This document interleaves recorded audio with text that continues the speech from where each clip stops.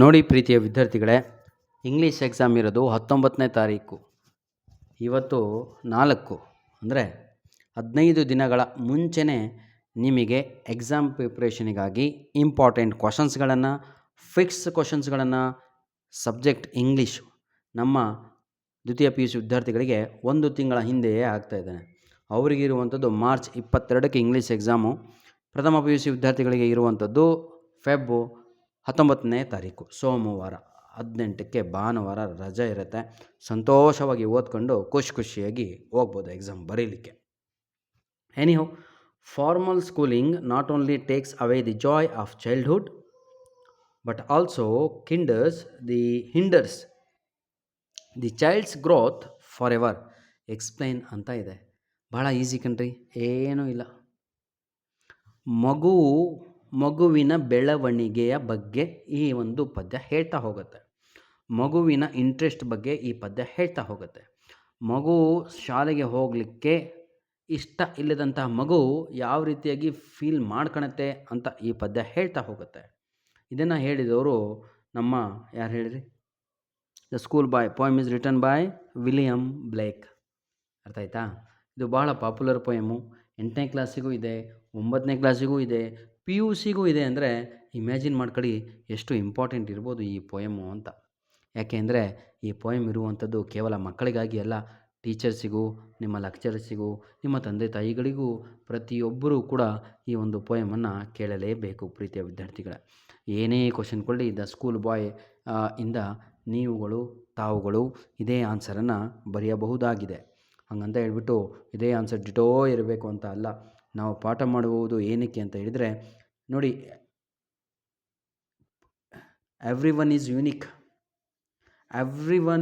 Unique. ಅವರದೇ ಆದಂತಹ ಅವರಲ್ಲಿ ಕಲೆಗಳಿರ್ತವೆ.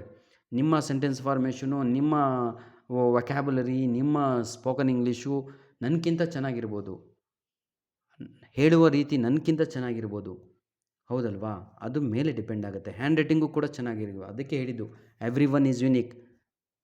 All are having their own talent, not talent. ಅಡಿಕೆ ಹಾಕ್ಕೊಂಡು ಟ್ಯಾಲೆಂಟ್ ಅಂತ ಹೇಳಿದರೆ ನಿಮಗೆ ಗೊತ್ತಾಗುತ್ತೆ ಪ್ರೊನೌನ್ಸಿಯೇಷನ್ ಹೆಂಗೆ ಬರುತ್ತೆ ಅಂತ. God bless you my dear students. ಧನ್ಯವಾದಗಳು. ನಿಮ್ಮ ಪ್ರೀತಿ ಸಹಕಾರ ನಮ್ಮ ಜೊತೆ ಹೀಗೆ ಮುಂದೆ ಬರೆದರೆ ಇಡೀ ಕರ್ನಾಟಕದಲ್ಲಿ PUC ಓದುತ್ತಿರುವ ಪ್ರಥಮ ಆಗಿರ್ಬೋದು, ದ್ವಿತೀಯ ಆಗಿರ್ಬೋದು, ಎಲ್ಲರಿಗೂ ಕೂಡ ಹೆಲ್ಪ್ ಆಗುತ್ತೆ. ನೀವೇ ಬೆಳೆಸಿದಂಥ ಚಾನಲು, ನೀವೇ ನೋಡ್ತಾ ಇರೋವಂಥದ್ದು, ನಿಮ್ಮ ಕೈಯಲ್ಲೇ ಇರುವಂಥದ್ದು, ಶೇರ್ ಮಾಡುವಂಥದ್ದು, ಲೈಕ್ ಮಾಡುವಂಥದ್ದು, ಒಂದು comment ಬರೆಯುವಂಥದ್ದು.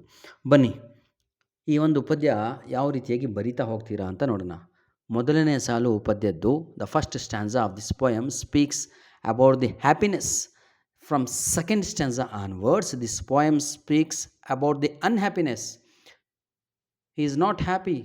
The boy was happy. ಮಗು ಸಂತೋಷವಾಗಿ ಇತ್ತು, ಆದರೆ ಈಗಿಲ್ಲ. ಹೇಗೆ?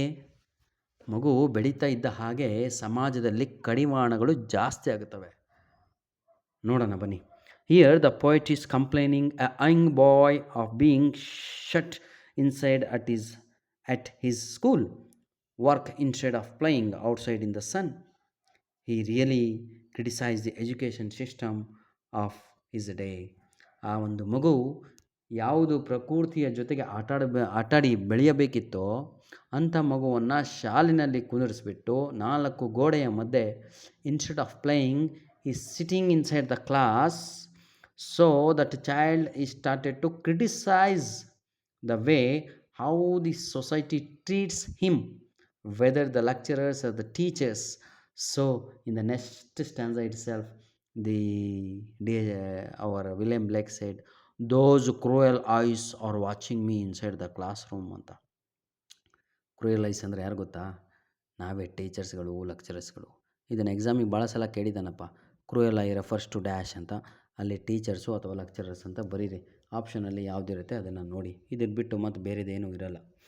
Anyhow, to him school destroys his joy innocence of youth.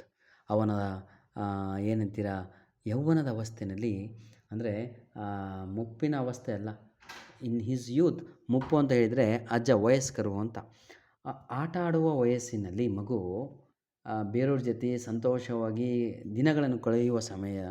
ಹಾಗೂ ಪ್ರಕೃತಿಯ ಜೊತೆ ಇರುವ ಸಮಯ, ಆ ಸಮಯ ಶಾಲೆಯಲ್ಲಿ ಕಳೆದರೆ he will start to compare his life. He wishes that the child should rise with the company of the many natural joys. ಮಗು ಏನು ಬಯಸ್ತಾ ಇದೆ ಅಂದರೆ, I want to grow with those things, which things, natural things ಅಂತ. ಅದಕ್ಕೆ first stanza ಎಷ್ಟು ಚೆನ್ನಾಗಿದೆ ನೋಡಿ. I love to rise in the summer morn when the bird sings on every tree, the distant sunman winds his horn and the skylark sings with me. Oh what a sweet company. ಇದು ಎಕ್ಸಾಮಿಗೆ ಭಾಳ ಸಲ ಕೇಳಿದ್ದಾನೆ. ಎಷ್ಟು ಮೊದಲನೇ ಸ್ಟಾನ್ಸದಲ್ಲಿ ಮಗು ಯಾರ ಜೊತೆ ಆಡಬೇಕು ಅಂತ ಬಯಸುತ್ತೆ, ಯಾರ ಜೊತೆ ಕಂಪನಿ, ಸ್ವೀಟ್ ಕಂಪನಿ ಅಂತ ಹೇಳಿದರೆ, ಸಂತೋಷವಾಗಿ ಬಯಸಿದಂತಹ ಫ್ರೆಂಡ್ಸ್ಗಳು ಯಾರು ಅಂತ ಹೇಳಿದರೆ, ಒಂದು ಸ್ಕೈಲಾರ್ಕು, ಅದು ಬರ್ಡಿನ ನೆನೆ, ಪಕ್ಷಿಯ ಹೆಸರು ಸ್ಕೈಲಾರ್ಕ್. ಇನ್ನೊಂದು ದಿ ಹಂಟ್ಸ್ಮ್ಯಾನ್, ಬೇಟೆಗಾರ. ಇನ್ನೊಂದು ಬರ್ಡ್ಸ್, ಚಿಲಪಿಲಿ ಎನ್ನುತ್ತಿರುವ ಹಕ್ಕಿಗಳ ಜೊತೆ ನಾನು ಇರಬೇಕು ಅಂತ ಬಯಸ್ತಾನೆ. ಹಾಗಾಗಿ ಶಾಲೆಯಲ್ಲಿ ಕೂತ್ಕೊಂಡು ಕಂಪ್ಯಾರಿಸನ್ ಮಾಡಲಿಕ್ಕೆ ಸ್ಟಾರ್ಟ್ ಮಾಡ್ತೇನೆ. ಇವ್ಯಾವೋ ಬಕ್ರಗಳು ಅಂತ, ಇವ್ಯಾವೋ ಕ್ರೂಯಲ್ ಐಸ್ಗಳು ಬಂದು ನಮ್ಮನ್ನು ಟಾರ್ಚರ್ ಕೊಡ್ತವೆ ಅಂತ. ಯಾಕಂದರೆ if the child doesn't do his homework, what they do, ಏನು ಮಾಡ್ತಾರೆ ಅವರಿಗೆ? ಟಾರ್ಚರ್ ಕೊಡ್ತಾರೆ, ಪನಿಷ್ಮೆಂಟ್ ವರ್ಕ್ ಕೊಡ್ತಾರೆ 10 ಸಲ ಬರಿ ಅಂತ. ಹಾಗಾಗಿ ನೋಡಿ, he is reminding that the books and the learning can be natural. He gave us a distant picture of the crushed and the destroyed life in the schoolroom. Here is a poet has successfully conveyed to the loss and the of the school boy. Even criticized the child retains the assault to him by the oppressive personality of a teacher. By unnecessary lecturer, he spends his day in a school whole day without spending his time, without enjoyment, without happiness. That boy is spending his life, his day in ಏನು ಡಿಸ್ಮೆ ಅಂತ, ಬೇಜಾರಿನಲ್ಲಿ ಅಂತ. Dismay, DISMAY. Okay, as like a bird which is born cheerful and joy, never sing in cage. ಅದಕ್ಕೆ ಒಂದು ಹೋಲಿಕೆ ಮಾಡಿ ಹೇಳ್ತಾನೆ, how can a bird who was born which is born for joy in the nature can sit and sing inside the cage. ಒಂದು ಕೇಜಲ್ಲಿ ಕೂತ್ಕೊಂಡು ಹೇಗೆ ಆ ಪಕ್ಷಿ ಹಾಡನ್ನು ಹೇಳುತ್ತೆ? ಪಕ್ಷಿ ಇರಬೇಕಾಗಿದ್ದು ಪ್ರಕೃತಿನಲ್ಲಿ, ಅದನ್ನು ತಗೊಂಬಂದು ತಾವುಗಳು ನಿಮ್ಮ ಸಂತೋಷಕ್ಕೆ. ಹಾಗೆ ಮಗು ಅದೇ ಹೇಳ್ತಾ ಇದೆ, ಏನು ಆಟ ಆಡುವ ಮಗುಗೆ ಎತ್ಕೊಂಡೋಗಿ ಟ್ಯೂಷನಲ್ಲಿ ಕುಂದರ್ಸಿದ್ನೋ, ಸಂಜೆ ಅಥವಾ ಬೆಳಗ್ಗೆ ಮಾರ್ನಿಂಗ್ ಸ್ಕೂಲಿಗೆ ಹಾಕಿದ್ನೋ, ಅಥವಾ ನೈಟ್ ಕ್ಲಾಸಸ್ ಅಥವಾ ರೆಸಿಡೆನ್ಷಿಯಲ್ ಸ್ಕೂಲಿಗೆ ಹಾಕ್ಬಿಟ್ರಂತೂ ಮಕ್ಕಳಿಗೆ ರುಬ್ಬಿ ಹಾಕ್ಬಿಡ್ತವ್ರೆ ಡೇ ಆ್ಯಂಡ್ ನೈಟ್ ಅಂತ. What does it mean? Why they are doing like this ಅಂತ. Why they are doing like this? Never sing in case. Similarly the child annoying fear and tension, he can never get entertainment in the class. He can never show his talent. He can never express his feelings with others. Here the poet complains to the highest authority, to the father and the mother. ಅದಕ್ಕೆ ಮಗು ಕೇಳುತ್ತೆ, ಓ father and mother, ಓ ತಂದೆ ತಾಯಿಗಳೇ. ನೋಡಿ ಎಷ್ಟು ಚೆನ್ನಾಗಿ ಹೇಳುತ್ತೆ. If, okay, ಇಲ್ಲಿಲ್ಲ, ಅದೊಂದೆರಡು line add ಮಾಡಿ ಪ್ರೀತಿಯ ಮಕ್ಕಳೇ. ಗಿಡದಲ್ಲಿ ಇರುವ ಚಿಗುರನ್ನು ತಾವುಗಳು ಕಿತ್ತಾಕ್ಬಿಟ್ಟು ಭವಿಷ್ಯದಲ್ಲಿ ಮುಂದಿನ ದಿನಗಳಲ್ಲಿ ಅಲ್ಲಿ ಹಣ್ಣು ಬರುತ್ತೆ ಆ ಗಿಡದಲ್ಲಿ ಅಂದರೆ, how it is possible like that in my life if you remove all the ಜಾಯ್ನೆಸ್.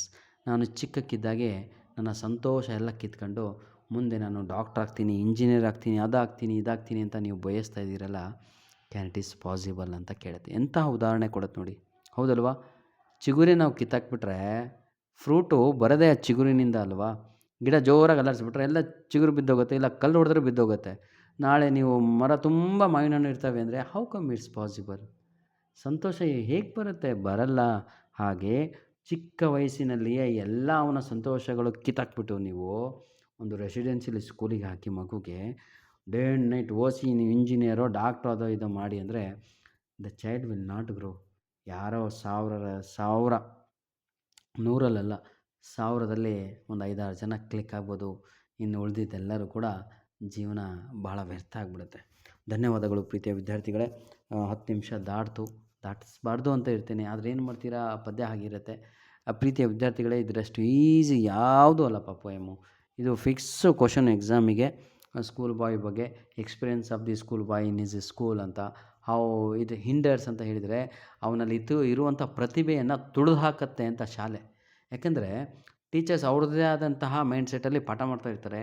ಟೀಚರನ್ನು are teaching in a command way, in a ಏನಂತೀರ ಅದನ್ನು ನೀವು, ಒನ್ ವೇ ಟೀಚಿಂಗ್ ಆದರೆ ಅದರಿಂದ ಉಪಯೋಗವೇ ಇಲ್ಲ ಮಗುಗೆ. ಅದಕ್ಕೆ ಪ್ರಾಕ್ಟಿಕಲ್ ಓರಿಯೆಂಟೆಡ್ ಟೀಚಿಂಗ್ ಆಗಬೇಕು, ಆ್ಯಕ್ಟಿವಿಟಿ ಬೇಸ್ಡ್ ಟೀಚಿಂಗ್ ಆಗಬೇಕು. ಆವಾಗ ಮಗುವಿನ ಇನ್ವಾಲ್ವ್ಮೆಂಟ್ ಇರುತ್ತೆ. ಹಂಗಂತೇಳ್ಬಿಟ್ಟು ಆ್ಯಕ್ಟಿವಿಟಿ ಬೇಸ್ಡ್ ಟೀಚಿಂಗ್ ಅಂದ್ಬಿಟ್ಟು ಬರೀ ಮನೆಗೆ ಕೊಡೋದಲ್ಲ, ಏನು ಮಾಡಲಿಕ್ಕಾಗಲ್ಲ. ಅದೇ ನಡೀತಾ ಇರುವಂಥದ್ದು. ಧನ್ಯವಾದಗಳು ಪ್ರೀತಿಯ ವಿದ್ಯಾರ್ಥಿಗಳೇ. God bless you all. ಚೆನ್ನಾಗಿ ಓದಿ, ಚೆನ್ನಾಗಿ ಬರೀರಿ. ಧನ್ಯವಾದಗಳು ನಿಮ್ಮ ಅಮೂಲ್ಯವಾದ ಸಮಯವನ್ನು ನೀಡಿದ್ದಕ್ಕಾಗಿ. ಇನ್ನೊಂದು ಅರ್ಧ ನಿಮಿಷ ಕೊಡಿ. ಒಂದು ಲೈಕು, ಒಂದು ಕಮೆಂಟು, ಒಂದು share. God bless you all.